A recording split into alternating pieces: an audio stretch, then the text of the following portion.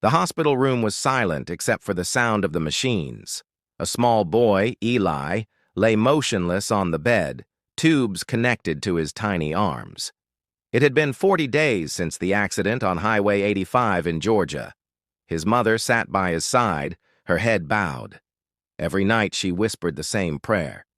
God, if you must take someone, take me. But please not my son. The doctors had said there was no brain activity. Prepare yourself, they told her gently. But she refused to give up. She held his hand every day, whispering, Mommy's here, sweetheart. You can come back.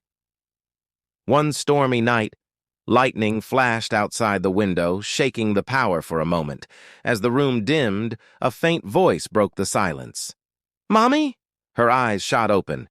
Eli's fingers twitched. His lips moved again. Mommy, don't cry. The man in white said I could come back now. She gasped, pressing the nurse's button. Doctor, he's awake. The nurses rushed in. Monitors began to beep again. The impossible had happened.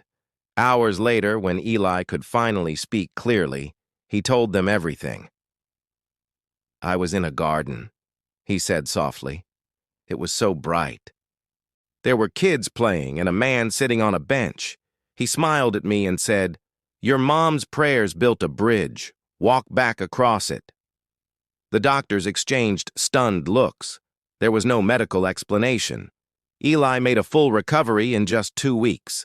The hospital called it a miracle. Months later, on Mother's Day, Eli stood on stage at church holding his mom's hand. He said into the microphone, Sometimes God answers prayers in whispers, but that night he shouted, and I heard him. The crowd stood and applauded, many in tears. His mother just smiled through hers, whispering, Thank you for giving me back my heartbeat. Moral of the story. When faith builds bridges, even death can't keep love from crossing back over. If you believe prayers can move heaven itself, comment faith and share this story with someone who still believes in miracles.